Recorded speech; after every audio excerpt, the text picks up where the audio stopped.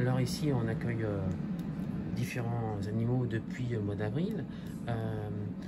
Ils proviennent d'où? Alors c'est vraiment de la faune sauvage locale, donc c'est les animaux de France qu'on va trouver blessés.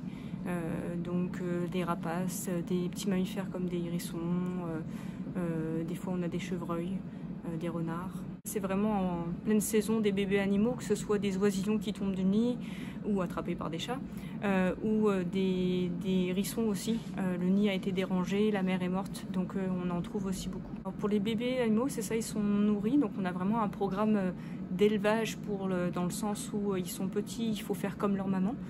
Donc on va les amener en fait à devenir progressivement autonomes.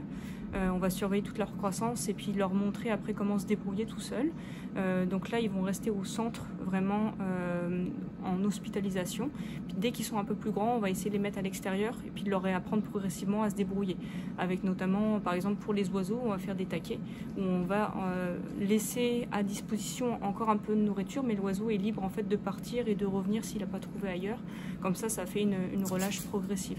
Après, des fois, on a des relâches qui sont un peu plus ce qu'on appelle en fait juste direct, où on va relâcher un animal parce qu'on sait que lui va être tout de suite autonome, il n'y a pas besoin de lui faire une transition. On a une idée de chance de survie de ce genre d'animaux? Alors, oui et non, c'est-à-dire qu'on manque beaucoup d'études de manière générale pour avoir un suivi. Je ne mets pas un émetteur GPS à tous mes animaux pour savoir s'ils survivent derrière. Donc c'est un peu un pari qu'on prend. Psychiatre, lui, il va avoir une chance de survie importante?